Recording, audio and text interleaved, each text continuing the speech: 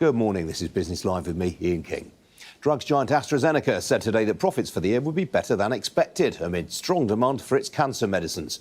The second biggest company in the FTSE 100 said sales this year, stripping out COVID treatments, would now be up by a low teens percentage on a year ago, up from the low double-digit percentage it was previously expecting. Well, AZ was reporting sales, excluding COVID vaccines, of $11.5 billion for the 3 months to the end of September. That was up 13% on the same period last year. That was mainly due to a strong performance in oncology, where sales were up by some 17%, but sales of treatments for rare diseases were also ahead by 14%. Well, the company also announced a major move into the fast-growing anti-obesity market, signing a $2 billion licensing agreement with Echogene, the Chinese biopharmaceutical company, to develop an experimental pill to treat obesity and type 2 diabetes. Well, with me now for more on this is Dr. Sean Conroy, pharmaceuticals analyst at Shore Capital. Sean, good to see you this morning. The oncology sales were actually slightly lower than you were expecting. Yeah, there was a slight drag in oncology, but I think there was the thing with AstraZeneca is they have a broad base of blockbuster assets, and they're not solely reliant on the performance of any one of those. So what we saw another great quarter of performance from one of its cancer drugs called Imfinzi, which has really been benefiting from some of the newly approved indications that it's had in lung and liver cancer over the course of the year. And this is in conjunction with other treatments that it's developed. Yeah, so they were recently, it was recently approved in combination with another one of its drugs called Imjudo, and what we're seeing is that we're really sort of seeing that sort of shift the standard of care in certain settings of lung cancer and liver disease. Where are they rolling out these new variants of the treatments most rapidly? So obviously it's initially in the States, but I mean Astra's got a huge global presence fundamentally, and a really strong presence in China. And the company managed to weather some headwinds due to some anti-corruption investigations in China this year. But the company's reiterated that it's going to return to growth this year in China. Now, rare diseases is another field where they're growing strongly. They obviously bought Alexion in the end of 2020 for $39 billion. Huge deal. Is it too soon to say whether that is paying off? I think, in terms of looking at the growth story, what the Alexion deal did and the rare diseases did is it diversifies that revenue story a lot further, and also it brings in a highly cash-generative business. There are, potentially some competitive entrances into that area where it operates. But I think overall the performance is going as people expected. Now, what about this announcement today on anti-obesity? I mean, clearly it's a fast-growing market. Is it a surprise to see AZ getting in here? It's not, to be perfectly honest. I mean, the company doesn't hide away from the fact that it's willing to do deals, and it's got the ability to leverage to do that. And, obviously it had skin in the game in the GLP-1s with certain drugs that it was developing, which it deprioritised. And so it's seen this opportunity with this oral medication to develop it. It's early stage. It's a lot of the value of the deal is back-end loaded. But look, like you said, the diabetes and obesity market is a huge growing opportunity. And I think, some people have said, sales by the end of the decade for those drugs are going to be north of 100 billion. So there's a lot of tailwinds in that sector, and there's been a shift really in perceptions over the past year that this isn't just a cosmetic thing about losing weight. There are actually some really meaningful clinical outcomes in terms of cardiovascular disease and kidney disease that can benefit people. How rapidly can AZ and Echogene bring this product to market, do you think, in an ideal world? I think, we'll have to see how these development timeframe pans out. I wouldn't expect it in the next 2 to 3 years by any measure, but we'll see how things develop and see how that market evolves.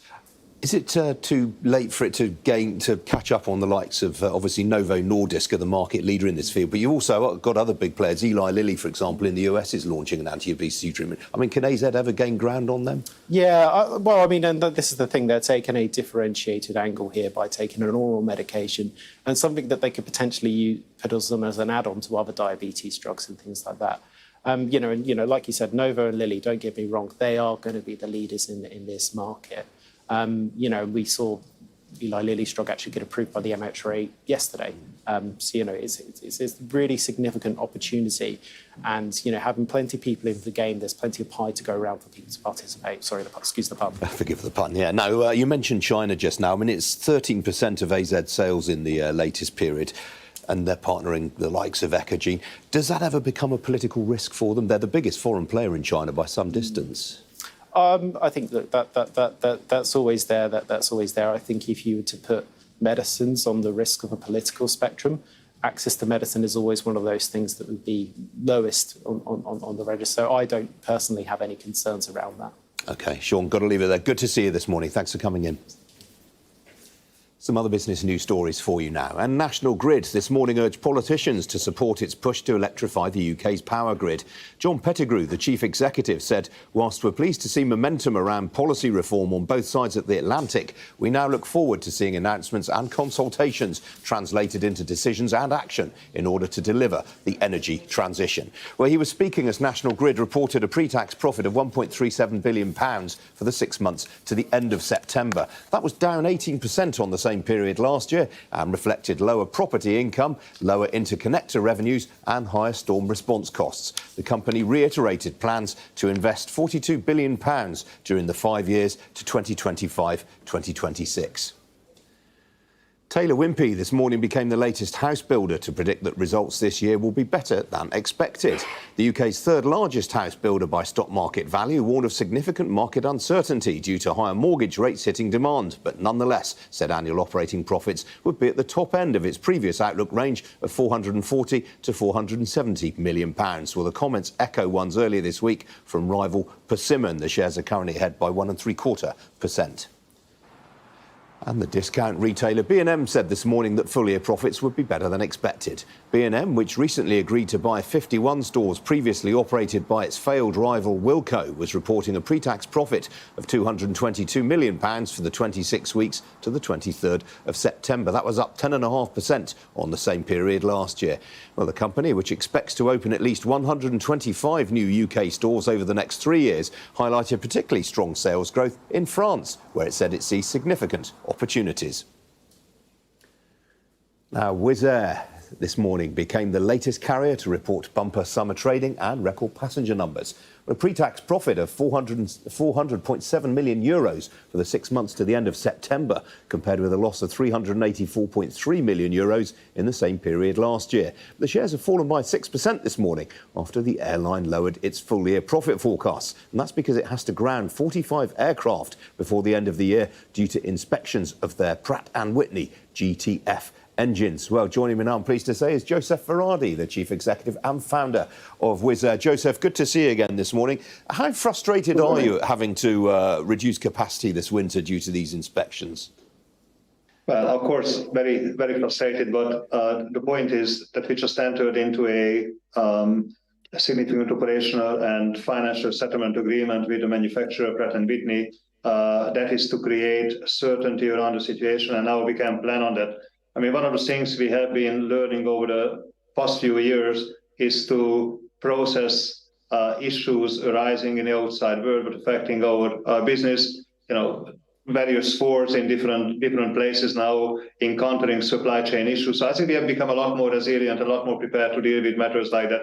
And we also have been putting a number of mitigants in place, extending existing aircraft operations, taking more spare engines, continue to take new aircraft deliveries from Airbus. So it is frustrating, but I think it is manageable, and we are expecting next year to deliver roughly around the same capacity what we are delivering this year.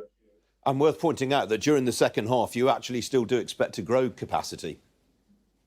Yes, we do. I mean, let's not forget that just in 2024, we're going to be taking more than 30 brand new aircraft deliveries. We are going to be regaining the first engines from inspections, and we are, as said, extending existing operations of aircraft to make sure that we create a bridge for this program to protect capacity as much as we can. Looking at the numbers, your staffing costs were up some 40%. You're obviously putting on more capacity and expanding the routes this winter. How much have you finished recruiting yet, or is there still more to come on that front? No, I think we are pretty much finished on that. We are doing very well organizationally. We have the necessary resources for operating the airline. As a matter of fact, you know, we have never been really struggling from the lack of resources. So we are good to go with that regard. We just need to make sure that we manage the aircraft side of the equation now. But given the agreement in place, I think that creates visibility and predictability, and we should be able to do a good job within difficult circumstances. I read a report earlier this week that American Airlines are offering golden hellos to pilots of up to $250,000. You're not having to pay anything like that, I assume? No, we are not even saying hello to them. I mean, our intention is to retain every one of our employees, so that's not going to happen. Now, you suspended your Israel capacity in view of events in Israel and Gaza until the end of this month. Do you expect to resume flying after that date?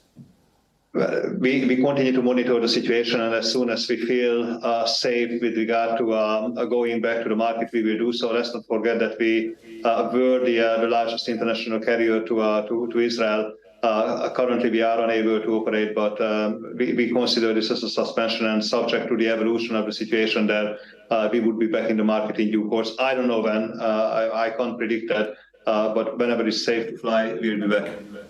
Now, as we've discussed in the past, you've been expanding rapidly in the Middle East and the Gulf states. Do events in Israel and Gaza have any bearing on your ambitions in that part of the world? What we are seeing is that, of course, the Israeli market is affected, and some of the neighboring markets are affected, but we are not really seeing a ripple effect over the broader Middle Eastern region. I mean, demand for our services, our Abu Dhabi airline remains intact, and we continue to see very strong demand for the Wizz Air product. This is the nature of the world, that you encounter different risk factors, but you also encounter different opportunities. So if I look at the Middle East, I see the Middle East has a very strong long-term economic appeal for businesses like ourselves. Lots of economic activities, lots of migrations, lots of tourism investments put into these countries, into the relevant sectors. And we think we can be a relevant player to that agenda. But at the same time, geopolitically, we are seeing more risk. It is really to make sure that we act on these matters as they arise. But the long-term prospect and prosperity of the Middle East remains very strong in our minds. Now, looking at your cash position, it was up by a fifth to 1.8 billion euros at the end of the period. Any chance of you going down Ryanair's route and paying dividends? Well, at this point in time, we are focused on the operational metrics of the business to go through the Pratt & Whitney issues. But in due course, quite likely we would be considering that route. All right, Joseph, we have to leave it there. Appreciate you joining me today. I know it's a busy day for you. It's good to talk to you. Thank you. Thank you. Bye-bye.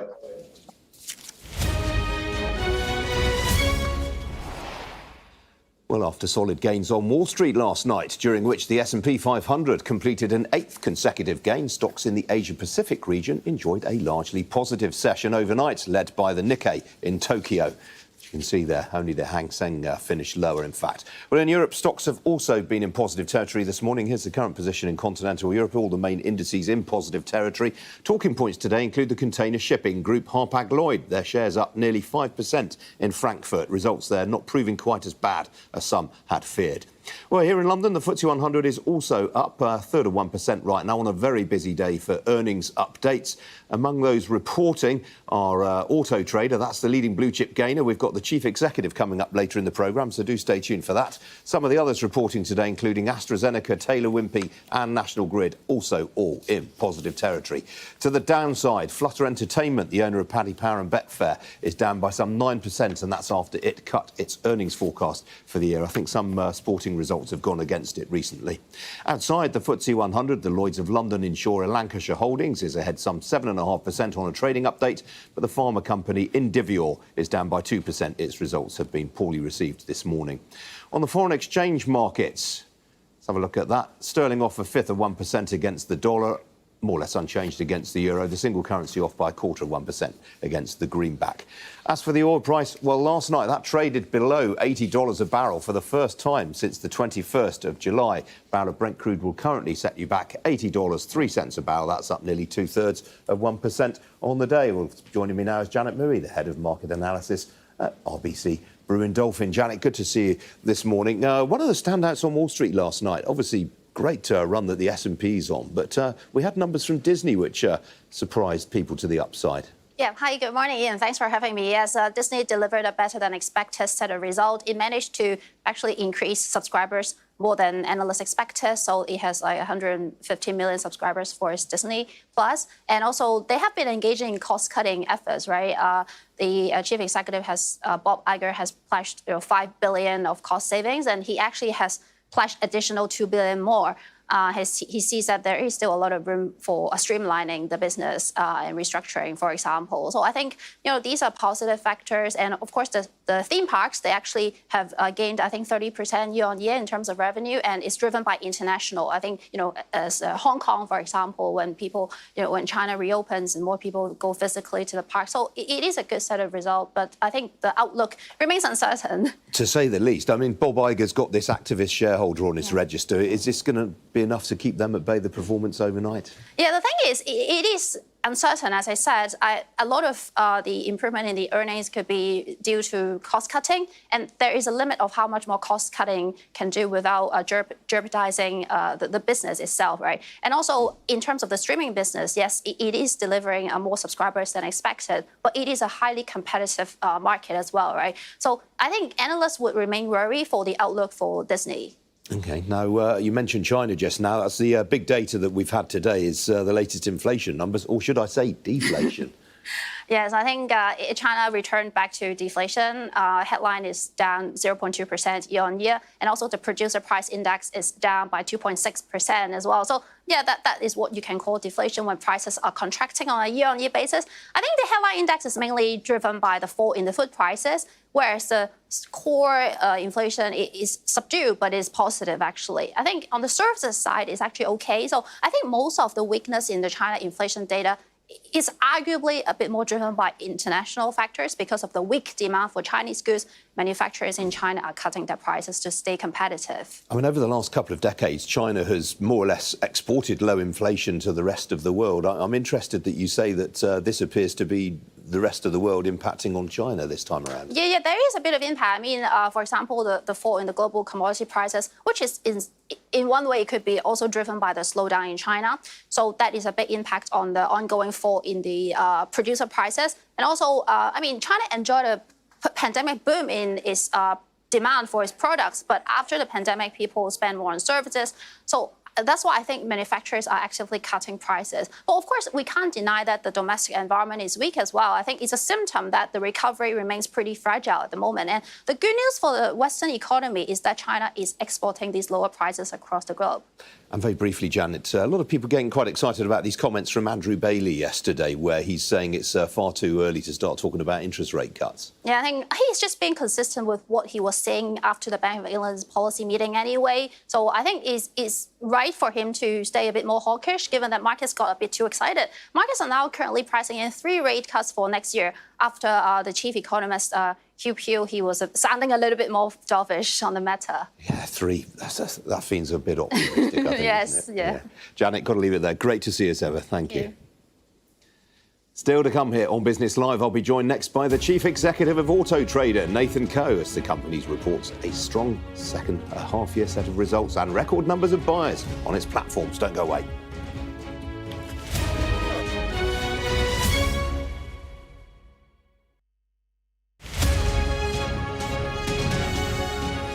Well, I mean, this has been an issue for some time, and it always gets worse around winter, which is classically the time that every year NHS services are under a lot more pressure.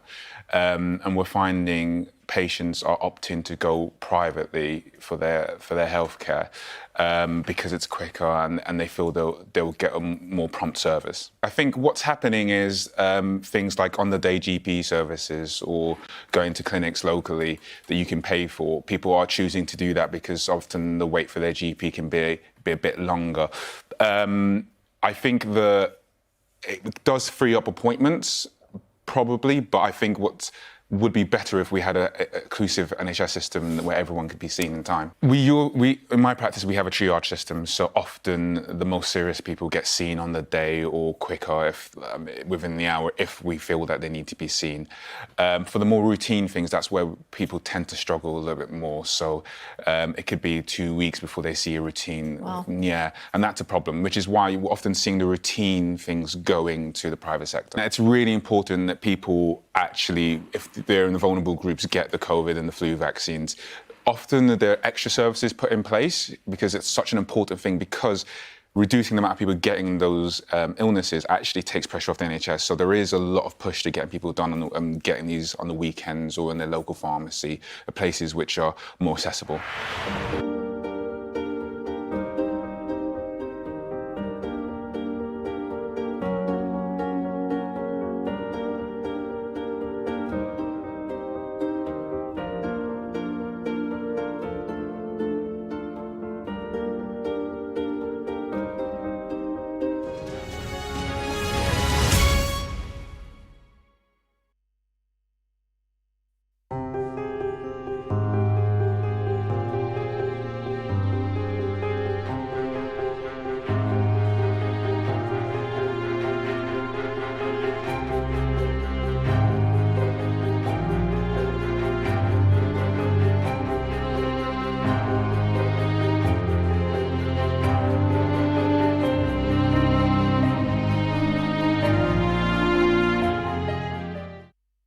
Fly Emirates.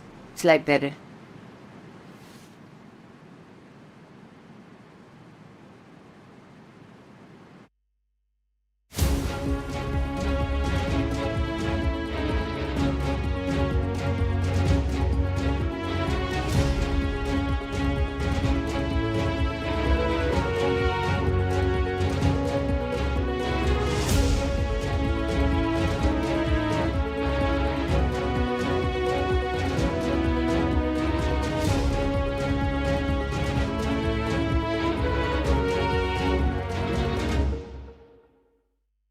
Fly Emirates. Fly better. Thank you.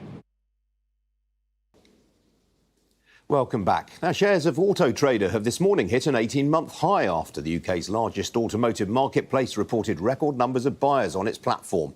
Auto Trader reported an operating profit of £164.6 million for the 6 months to the end of September. That was up 10% on the same period last year. Well, joining me now is Nathan Coe. He's Chief Executive of Auto Trader. Nathan, good to see you again this morning. The used car market is incredibly resilient. Why is that? I think it's down to a couple of points, really. When it comes to buying and selling cars, most individuals don't really see it as a discretionary purchase. People need their cars, whether it's for work, for life, and it's not really a decision that you can necessarily put off. So I think you've got that part of it. It's not really seen as discretionary. However, people with less money, perhaps at the moment due to the cost of living crisis, will moderate the sort of car that they might have got into. So we are seeing people driving on average an older car than what they would ordinarily expect to do. The second thing is less so around demand. I mean, demand is up year on year, probably about 9%, which does come as a bit of a surprise. But I think that's against a backdrop where we've had about 3 years now where there haven't been near as many new cars built as what we would expect. So there is still constrained supply. And the combination of those two factors, strong demand against still constrained supply, is what's keeping the market relatively resilient.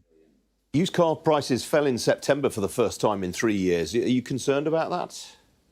Yeah, you're right. It is the first time that we've seen that for some time. We've got used to car prices continuing to go up and up over the past 3 years. I don't think we'd say we're concerned. When you look at that price movement, and we saw a little bit more like that in October, it's a relatively small percentage movement. So most of our customers, our retailers, are able to manage that as they tend to own a vehicle over 6 weeks or so. So that kind of movement they're able to absorb. But specifically, where that's happening is in younger vehicles. So if you look at the average Auto Trader customer, they might well have 30 cars and they might be trading in lots of cars that are over 5 years. All of those, and in many cases, are still seeing price appreciation. So that part of the market's absolutely fine. Where we're seeing it differ perhaps a little bit is in the younger end of the market. And that's because we are starting to see some new car supply come back in. And as that supply is hitting against a fixed demand, you're starting to see prices moderate a little bit. So it is one for us to watch. It's one that we're working with our customers to make sure that they're seeing what the retail supply and demand is doing so that they price right. But it's not yet a big worry. Now, you mentioned new cars. One of the interesting industry developments has been a lot of the manufacturers are changing their distribution model. For those not in the weeds of the industry, just explain what they're doing and why. Yeah, so they're moving to what's called an agency model. But historically, the way that manufacturers have sold new cars is they essentially sell those new cars wholesale to a car retailer, and then the car retailer has the complete prerogative around selling that to retail. So the car is on their balance sheet and they choose what price they want to charge for it.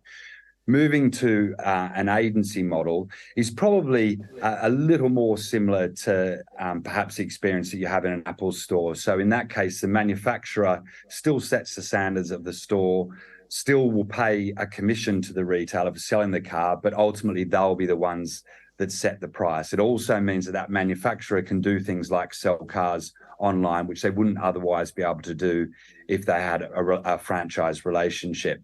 So it's in part around manufacturers ensuring that the product is treated in a way where everyone gets the same price. There's a level of standardization, and consumers can get a consistent buying experience right from when they search on the manufacturer's site or perhaps on somewhere like Auto Trader through to then being serviced in the showroom.